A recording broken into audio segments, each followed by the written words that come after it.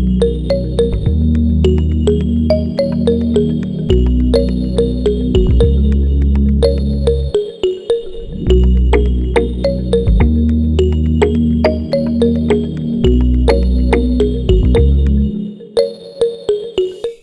Ibu, saudara-saudari terkasih, umat Allah di Paroki Santo Mikael Pangkalan TNI AU Adi Sucipto, dan Anda semua yang menyaksikan program ini, selamat pagi, selamat siang, selamat sore, selamat malam. Salam dan selamat Paskah untuk Anda semua. Pada kesempatan kali ini kita bersama-sama kembali bersama dengan saya Romo Martinus Sukololono, pastor paroki di Paroki Santo Mikael Pangkalan TNI AU Adi Sucipto. Bersama-sama kita dalam acara Ceritaku Bareng Tuhan.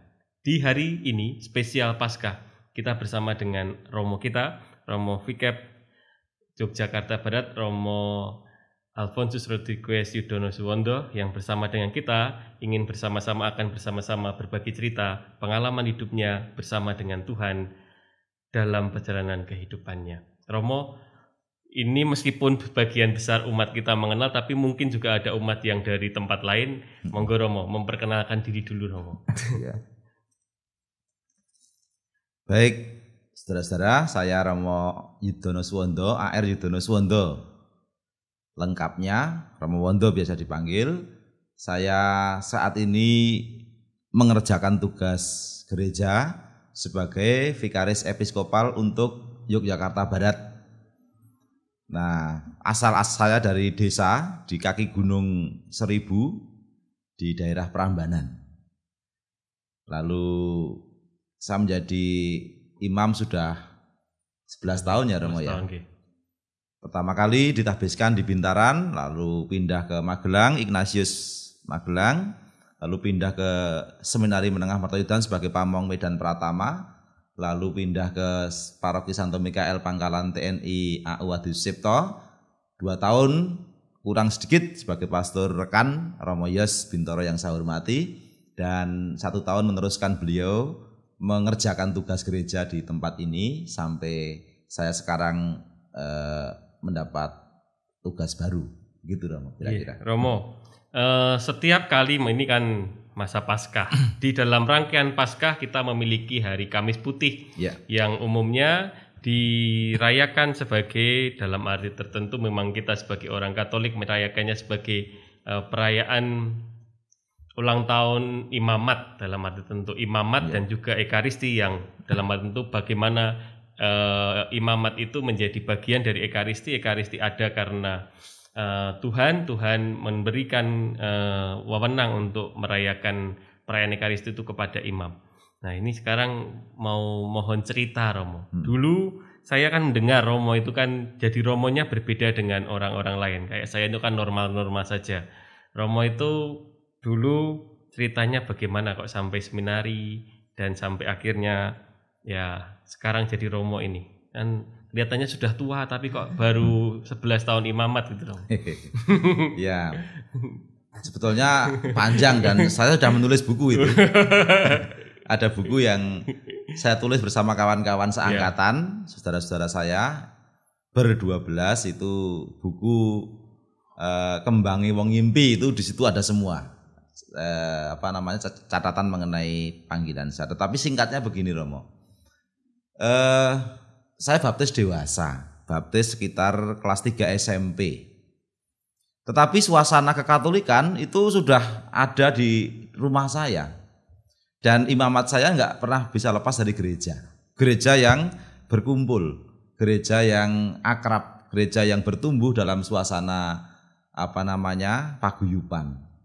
Dulu meskipun saya tidak Katolik atau belum dibaptis, meskipun saya sudah sering ikut ulangan, itu rumah saya itu menjadi tempat berkumpul anak-anak muda, itu latihan kur, lalu olahraga antar lingkungan, Natal Cup waktu itu di Paroki Kalasan ya. Dan seringkali suasana gerejawi itu tumbuh. Lalu juga keluarga besar saya juga banyak yang Katolik, ada yang menjadi romo-romo juga. Dan seringkali kalau kondur romo-romo, Bapak Uskup Jakarta waktu itu Monsignor Leo itu kalau kondur selalu ngundang kami semua, anak cucunya atau saudara-saudaranya diundang. Lalu misa, acaranya misa. Lalu makan. Lalu kemudian waktu itu saya masih ingat Monsieur Leo itu kalau kondur didangu satu-satu, kowe sapa? Kowe sapa? Kowe sapa? Selalu ditanya gitu. Dan itu ternyata mengesan bagi saya, menumbuhkan panggilan dalam diri saya. Pelan-pelan kok menarik ya menjadi Romo itu. Lalu semua orang nampaknya kenal gitu ya. Dan suasana paguyuban sangat kental. Lalu baru SMP itu saya sudah aku pengen ngono kae. Ada prodiakon waktu itu yang mimpin sembayangan di rumah saya. Om saya Pak Lek Mbadi yang sekarang masih sugeng, masih sehat. Yang hormat saya untuk Pak Lek itu. Beliau seringkali datang dengan jubah prodiakon itu ya, diakon awam waktu itu. Lalu mimpin ibadat. Lalu ada Romo Priambono Suwargi yang sering menjadi pastor di Kalasan. Kadang-kadang misal lingkungan. Saya itu tertarik kok. Ada sesuatu yang berbeda dari. Padahal belum Katolik. Belum Katolik, tapi sudah ulangan saya rajin 9 kali kok. 9 tahun saya ulangan itu. Ini menarik, kekatolikan ini menarik ini. Apa ini? Jadi orang dadi Romo, orang dadi Katolik pengen dadi Romo. Iya. Menarik kok. Ini apa ini? Saya kemudian kita ditanya oleh om saya yang sekarang di Jeporo, Om Surat itu, "Wis dadi apa le?" Pengen dadi kaya kae. Entah Romo entah prodiakon pengen dadi kaya kae. Pakai jubah yang penting. Itu yang saya ingat waktu kecil dulu. Dan suasana paguyuban sangat kental, sangat kuat. Itu awal-awal ya. Kemudian SMP baptis, 3 tahun saya di SMA. Panggilan itu sangat kuat. Saya pengen jadi Romo. Itu sangat kuat. Lalu kemudian kelas 3 SMA saya mulai serius berpikir, saya mulai mencari info sendiri tentang seminari. Kakak saya tidak tahu, orang tua saya nggak tahu. Baru kemudian saya mendaftar, tanya ke Romo Paroki. Dulu takut sekali dengan Romo Paroki itu, Romo Kardi waktu itu. Tanya, tapi saya beranikan diri. Romo Yamto, Romo Giono. Lalu saya tanya Mas, Romo Budi yang saya ingat itu yang menumbuhkan panggilan saya. Lalu kemudian saya tanya, ya apa-apa, nek daftar. Saya daftar, lalu kemudian diterima di Mertoyudan, KPA. Bingung juga, belum pernah pergi kok saya dari rumah. Lalu harus masuk seminar. Cah desa numpak bis itu kan langka Romo. Numpak bis itu mesti mumet dase. Tidak beda jauh dengan saya. Itu kemudian saya daftar diterima. Waktu itu saya kan agak nakal waktu SMA ya. Saya itu pernah nakal. Itu ada guru yang mengajar di kelas sebelah, kan kelasnya hanya ditutup dengan triplek itu. Saya lubangi dengan PMS itu, pisau lipat itu. Lalu setelah lubang, saya ngerokok di kelas, lalu saya sebulkan ke guru. Cantik guru itu. Guru itu cantik, lalu ngajar fisika waktu itu saya sebulkan gitu, cari perhatian gitu ya. Saya disetrap mulai sekolahan, seminggu nggak boleh sekolah waktu itu. Seneng. Ya dolan, saya dari rumah berangkat tapi pingpong ya. Lalu akhirnya Romo Kardi pakai GL 100 itu datang mencari saya. Lalu kemudian mengatakan bahwa kamu diterima di seminari. Lalu suasana berubah waktu itu, kemudian waduh seminari itu. Itu Romo. Lalu itu separuh aja ya sekira. Ya, sampai di seminari. Ya. Sampai di seminari akhirnya katanya pernah keluar Romo. Pernah atau gimana? Saya KPA. Di seminari itu khusus persiapan atas. Jadi lulus SMA kan ada jenjang namanya KPA 1 tahun. Saya masuk Mertoyudan 1 tahun. Awal pertama itu nangis itu, seminggu pertama itu nangis. Diantar oleh om saya, Om Bud yang sekarang ada di Sengon itu. Wong segagahe ngeten iki pernah nangis Romo. Iya, diantar om saya. Lalu pakai mobil waktu itu naik mobil hebat sekali toh. Lalu habis nengok pertunjukan sapi-sapi itu saya diantar ke seminari. Begitu om saya pulang, lalu saya enggak kenal siapa-siapa lalu lincah-linci bingung gitu ya.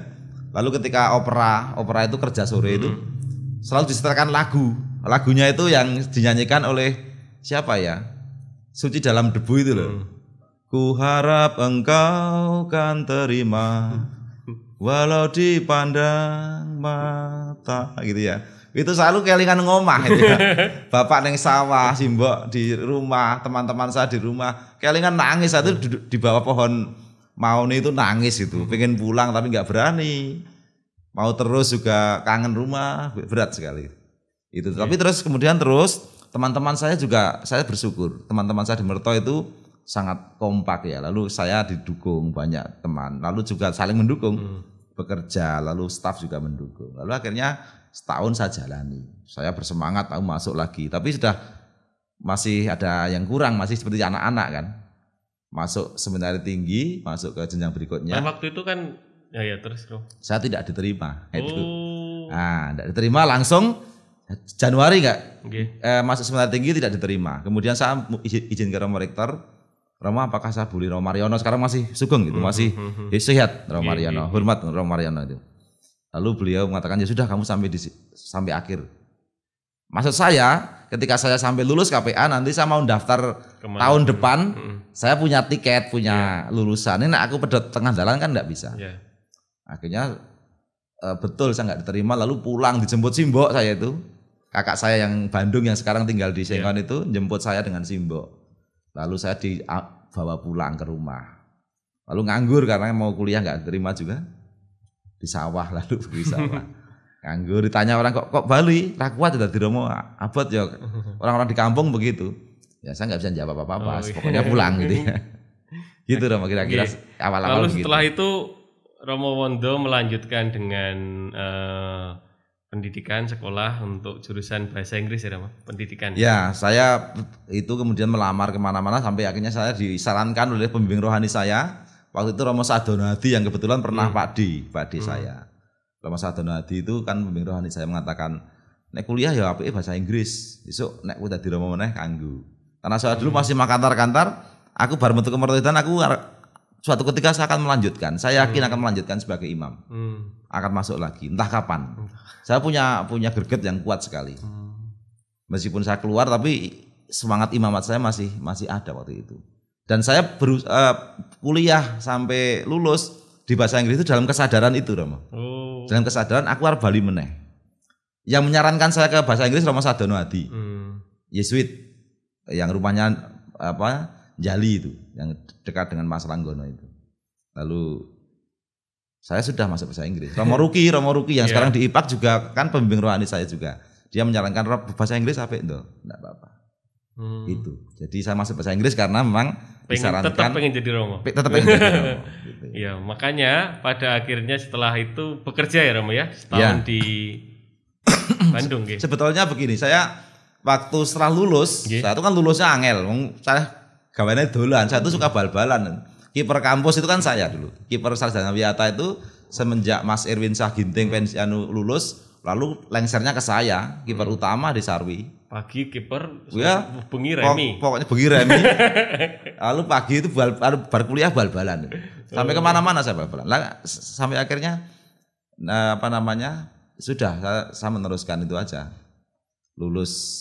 Lulusnya agak lama, panjang waktunya sampai Lek Parji tangga saya itu manggil saya Lek. Wong sekolah itu get-getane atau batasnya itu seperti bambu, ada rosnya. Kowe iki leh mau duwe ros atas kapan? Kamu punya batasan atas itu kapan? Artinya lulusnya kapan? Mbok diluluske mesake bapak sih mbok lek golek ragat. Itu waktu ndongklak pring itu saya dipanggil, terkesan sekali. Sampai akhirnya saya semangat lagi, tanya-tanya sana kemari. Kemudian doa ke Romo Sanjoyo waktu itu, jaluk lulus, akhirnya diberi jalan. Adik saya yang Mas Fajar yang sekarang dosen di Sadar itu, nulis iki wae Mas, nulis apa itu? Nulis skripsi sebenarnya tugas akhir sebetulnya.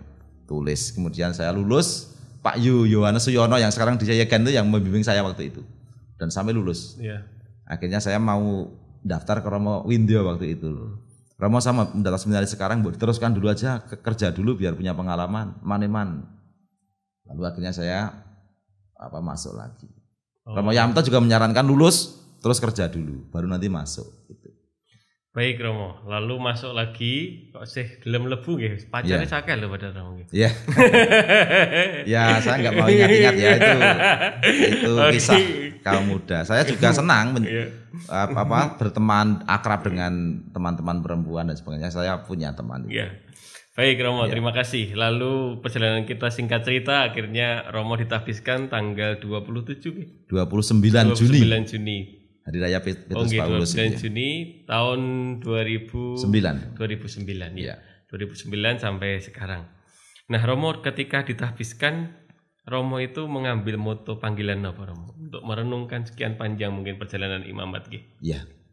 Moto panggilan saya itu selalu saya kutip dari 1 Timotius 1 ayat 12. Bunyinya begini, aku bersyukur kepada Dia yang memilih aku, yang memanggil aku, menganggap aku setia, dan mempercayakan pelayanan ini kepadaku. Itu terusannya ada. Dulu saya beringas dan sebagainya itu. Jadi saya itu merasa panggilan itu saya itu dipanggil, dipilih oleh Allah. Siapa toh saya ini kok Allah sampai memilih? Bagi saya itu bersyukur, aku bersyukur karena kelemahan manusiawi saya ternyata tetap diperhatikan Allah dan saya diutusnya. Lalu bahkan dianggap setia padahal aku tidak setia, sangat-sangat tidak setia seperti Bunda Maria. Tetapi Allah tetap memanggil. Dan bahkan kepandaian pun juga tidak. Saya dipercaya untuk melayani. Dulu dipercaya melayani umat Bintaran, umat Magelang, seminari Mertoyudan calon-calon imam, di pangkalan TNI AU, para tentara. Dan sekarang ditugaskan menjadi vikaris episkopal. Sungguh saya tidak layak untuk kapasitas itu, tetapi saya nggak tahu kok Tuhan memanggil dan saya mengatakan Tuhan kalau Engkau mengendaki saya kerjakan. Dan saya sungguh-sungguh ingin mengerjakannya. Begitu. Iya, kalau dalam berbagai macam sharing imamat juga pengalaman saya sendiri, satu hal yang sering direfleksikan adalah Tuhan melengkapi. Tuhan melengkapi.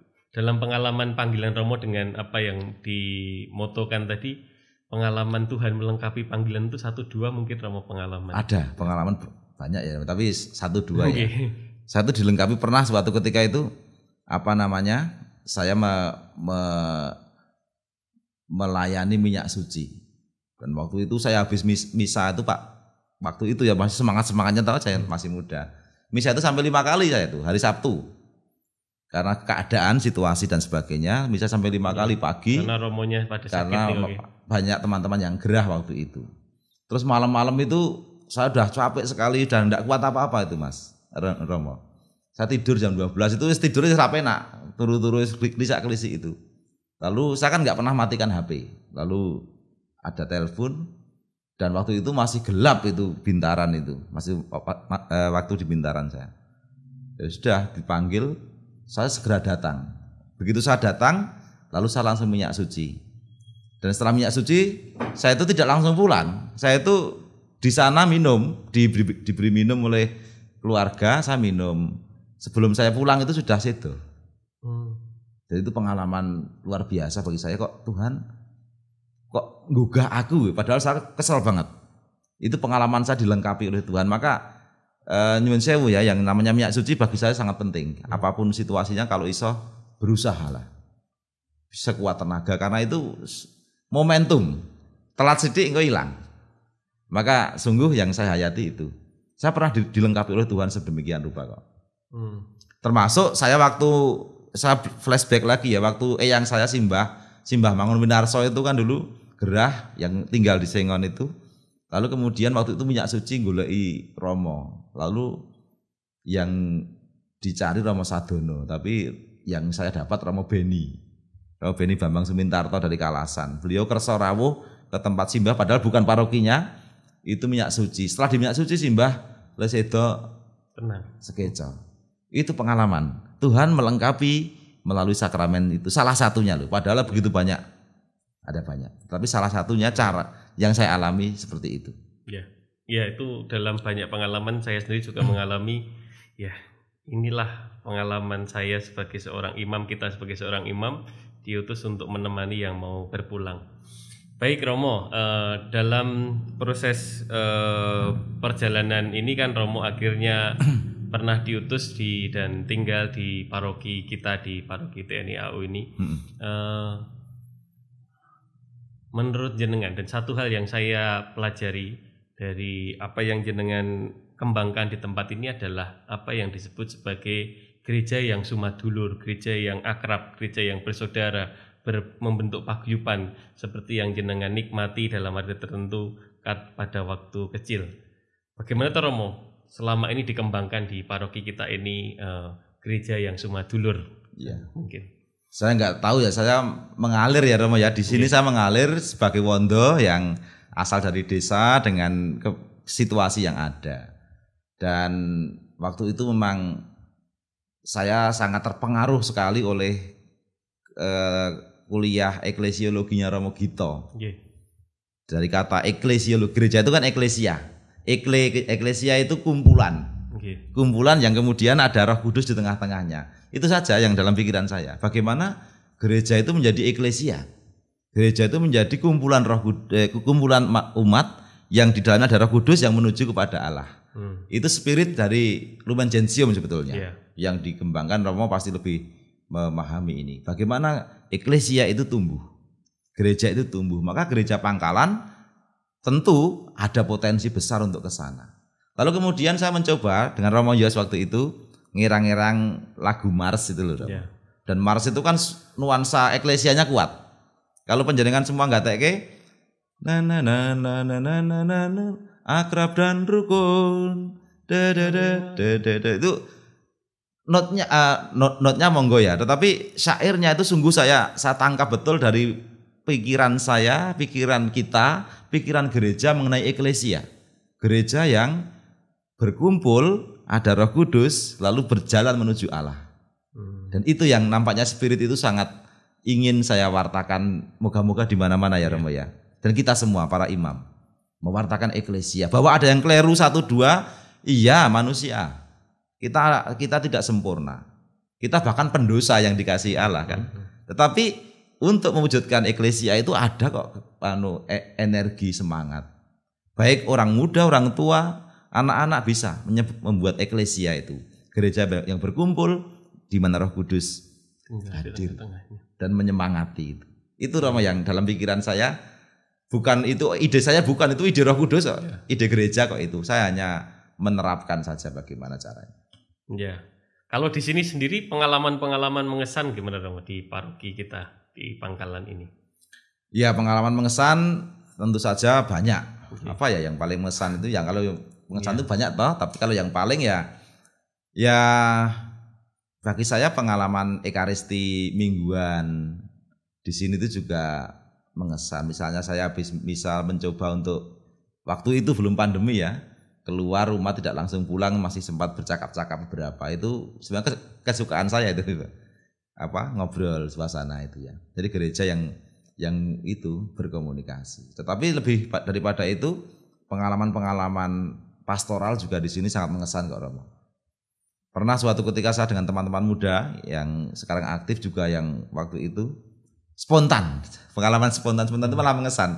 Tiba-tiba yuk Rono, yuk kita buat ini. Dan itu bukan karena apa ya, tetapi lebih ternyata bisa itu kita bergerak bersama. Itu ya Romo yang saya lihat ya. Banyak sekali yang mengesan umat. Saya cinta kok gereja ini. Saya senang. Kalau harus pergi itu juga berat bagi saya. Iya. Romo, lalu mungkin ada orang-orang yang mengesan dalam pengalaman pelayanan pastoral Romo di paroki ini, dan mungkin cerita-cerita di baliknya yang bisa menjadi bundelan-bundelan kayak kisah di paroki ini. Iya. Pertama semua mengesan, semua orang saya kenal kok, semua orang mengesan. Satu persatu saya terkesan dengan masing-masing ya. Tetapi bolehlah mohon izin saya menyebut 1-2 nama. Yang jelas saya menyebut misalnya almarhum Mbak Desi. Bagi saya mengesan itu. Suatu ketika gini Romo. Saya itu kan setiap kali pas pandemi itu kan Mbak Desi sering kali datang Suwargi itu ya. Lalu ke sana. Minum dong. Udah minum belum? Ya gitu. Udah makan belum? Saya tanya gitu toh. Udah, ya udah. Nah, suatu ketika itu beliau itu goleki saya tuh agak sibuk pergi kemana-mana. Saya selalu anggere digoleki langsung lunga lap. Terus Desi pulang.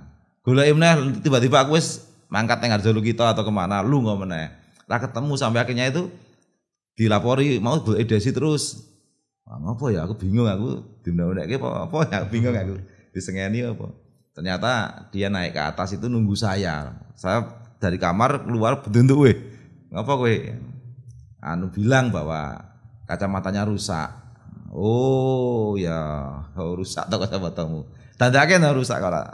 Sing dandane ora iso dandake ya. Dandake kemudian dandake. Setelah itu selesai. Enggak enggak lagi.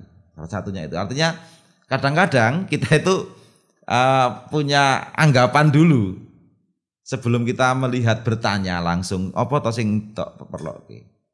Maka pertanyaan refleksi ini bagus. What can I do for you? Apa yang dapat saya kerjakan bagimu? Itu penting karena seringkali kita sebelum berkomunikasi sudah tiba-tiba wah engko kayak gini gitu ya. Itu mengesan bagi saya itu. Oh ternyata hanya itu yang dibutuhkan dan diperlukan. Lalu dengan Mbah Min itu kesannya banyak sekali. Saya selalu jagoan ngelentik dengan Mbah Min. Itu cerita warna-warna itu wah menarik. Dan saya senang sejarah kan. Cerita bagaimana Romo Yos awal-awal dari mes ke sini dengan ini gaya-gayanya itu ya. Wah diceritakake 10 eneng itu. Setiap kali saya datang ke tempat Mbah nyapu cerita kuwi meneh. Aku mbiyen setahun nang ngendi cerita kuwi meneh terus. Ketemu lagi cerita lagi ya. Tak rungokke terus. Mbak menawa orang sing beda, bulane ora ya padha. Pokoknya dengar cerita itu bagi saya penting. Mula nanti kalau ada yang bercerita mari kita dengarkan. Karena cerita itu akan menumbuhkan sesuatu di dalam hidup. Gitu Ramaya. Baik Romo, salah satu hal yang pelayanan khusus di paroki ini adalah pelayanan untuk tentara. Ya. Baik itu di tempat ini, Romo mengembangkan acara kamisan itu dan juga pelayanan di rumah sakit. Ya. Ada hal-hal yang mengesan dari Romo untuk kisah-kisah di sana.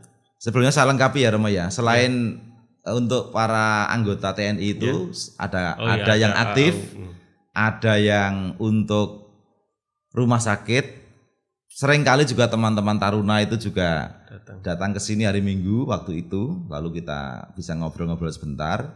Tetapi juga ada PPAU, para pensiunan, Pak Purnawirawan yang tersebar kemana-mana.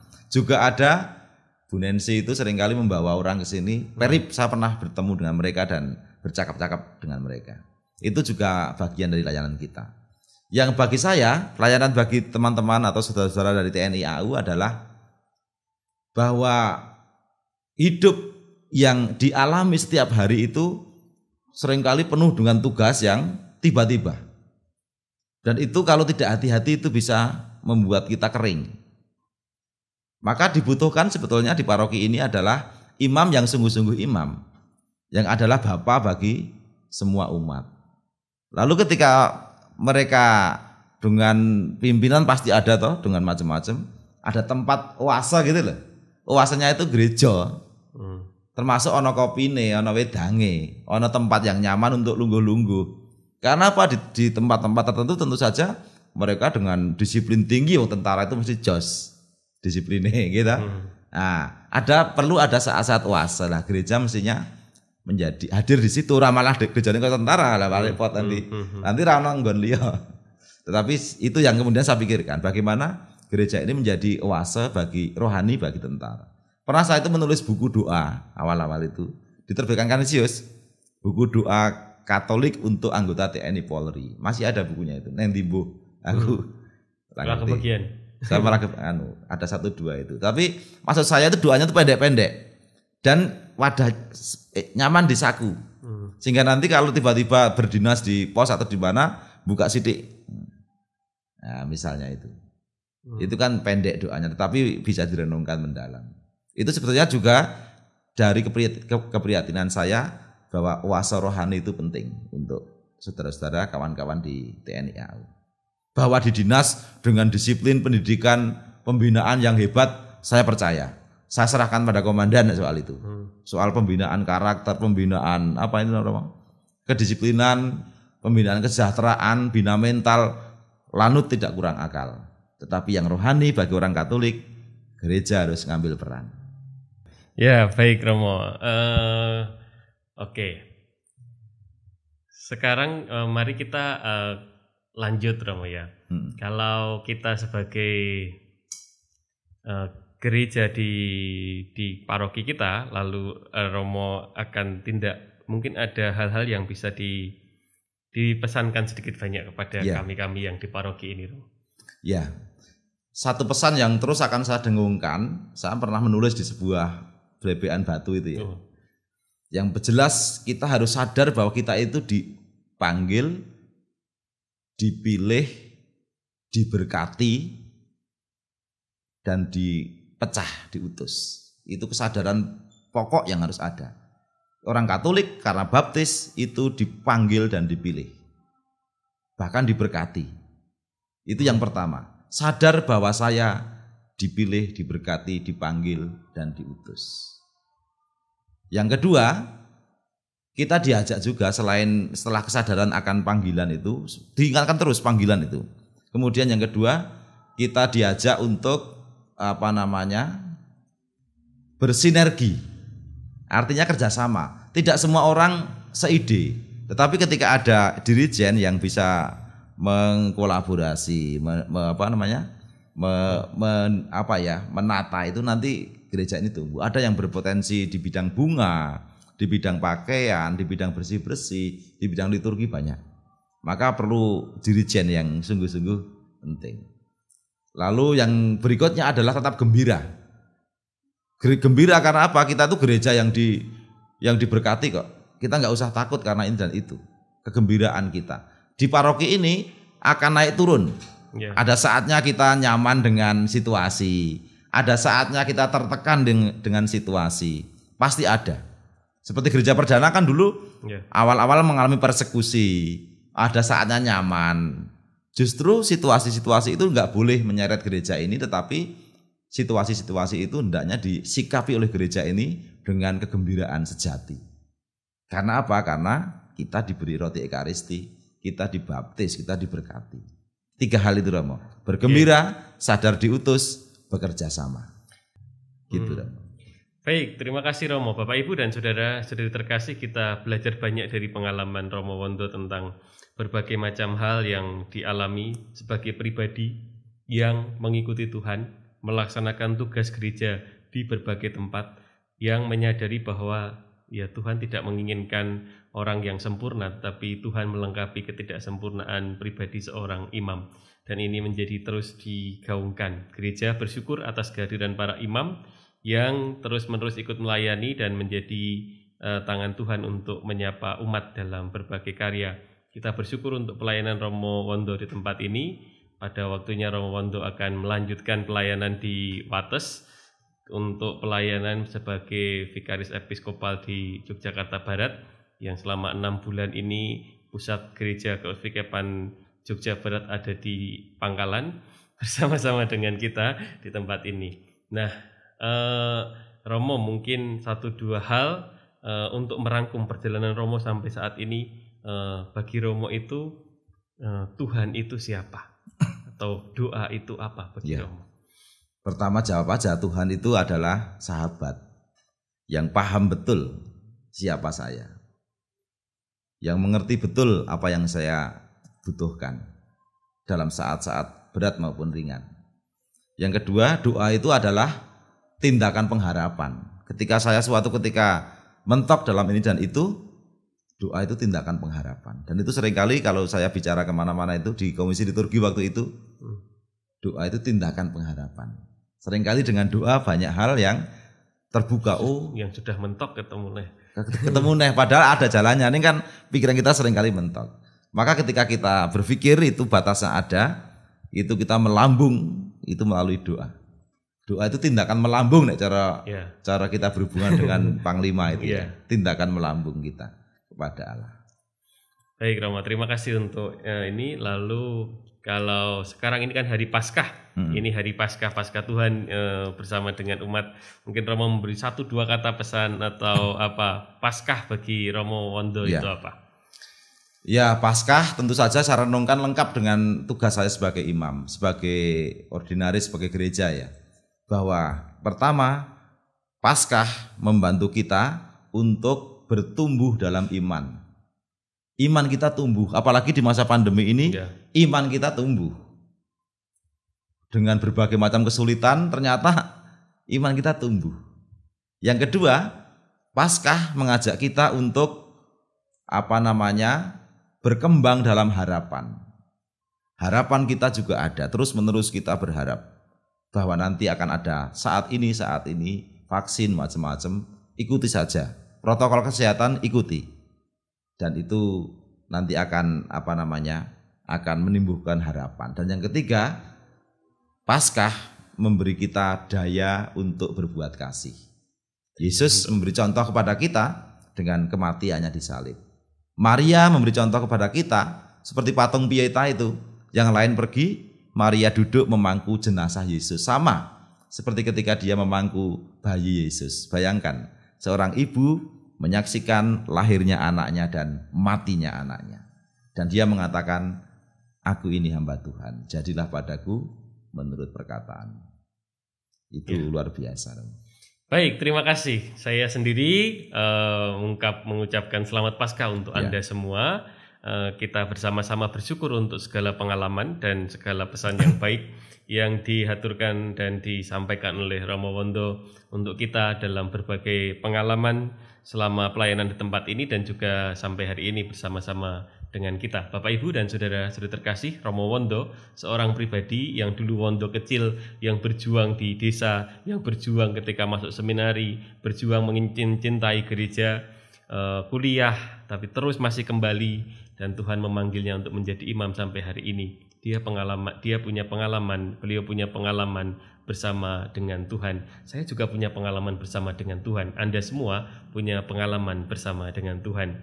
Kita bersama-sama merefleksikan kehidupan, bahwa hidup ini tidak hanya yang sedang-sedang saja, bahwa hidup ini tidak hanya lurus-lurus saja, tapi di tengah-tengah kehidupan ada cerita bersama dengan Tuhan. Ini pengalaman Romo Wondo dengan Tuhan. Saya punya pengalaman bersama dengan Tuhan. Bagaimana dengan Anda? Apa cerita Anda bareng Tuhan? Bapak, Ibu, dan saudara terkasih, terima kasih atas kesediaan Anda untuk menyaksikan program ini. Dan kalau Anda ingin mendapatkan notifikasi atas program ini, silahkan like, subscribe, dan komen di kolom komentar agar program-program selanjutnya bisa Anda saksikan di channel YouTube Gereja Pangkalan. Terima kasih untuk kebersamaan kita. Terima kasih Romo Wondo untuk pelayanannya sampai dengan hari ini. Selamat untuk pelayanan selanjutnya dan Tuhan memberkati pelayanan Romo dan mohon berkat juga untuk kita semua. Sebelum kita menutup program ini, kita memohon doa Romo Wondo untuk paroki kita dan juga untuk kita semua. Monggo Romo. Baik Romo, seluruh umat, saudara-saudaraku yang terkasih, pertama saya mengucapkan selamat Paskah 2021. Tetap beriman, tetap berharap, tetap mengasihi. Kemudian yang kedua, saya mengucapkan terima kasih atas kebersamaan yang boleh saya alami bersama dengan seluruh umat di Pangkalan. Dalam waktu dekat, bulan April awal, saya akan mulai meninggalkan tempat ini dan berresidensi di Gereja Wates, di Pasturan Wates di Kevikepan Jogja Barat. Saya mohon pamit, mohon maaf atas segala hal yang mungkin Bapak Ibu semua merasa terinjak kakinya, dikecewakan harapannya, terus dadi mangkel karo gereja karo aku. Saya mohon maaf. Moga-moga luka itu segera sembuh dan panjenengan semua pulih lagi.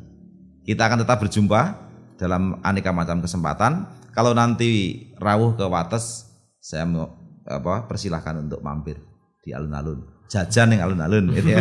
Ora tak suguh, yang jajan dhewe nang alun-alun, segane digawa ning pasturan tak pangane bareng. Sehat selalu, tetap semangat sebagai orang Katolik. Kita dipilih, diberkati, dan diutus. Mari kita berdoa. Dalam nama Bapa dan Putra dan Roh Kudus. Amin. Bapa yang penuh belas kasih, kami bersyukur atas rahmat iman yang telah Engkau tanamkan dalam diri kami. Rahmat gereja yang mengantar kami untuk bersaudara satu sama lain.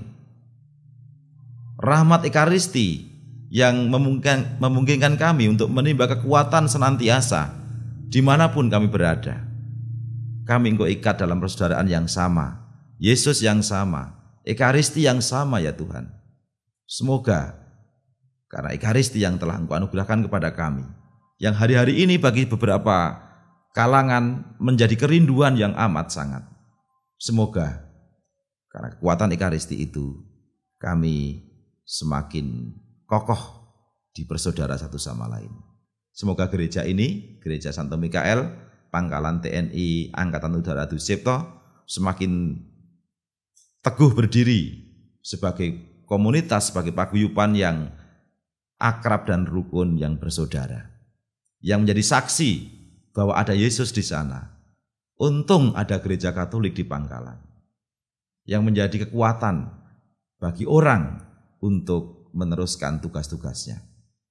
Berkat untuk seluruh keluarga dari seluruh umat, berkat untuk seluruh rencana-rencana baik, berkat untuk seluruh langkah laku yang akan terjadi di masa mendatang, juga mohon ampun atas segala kelemahan dan kesalahan yang ada.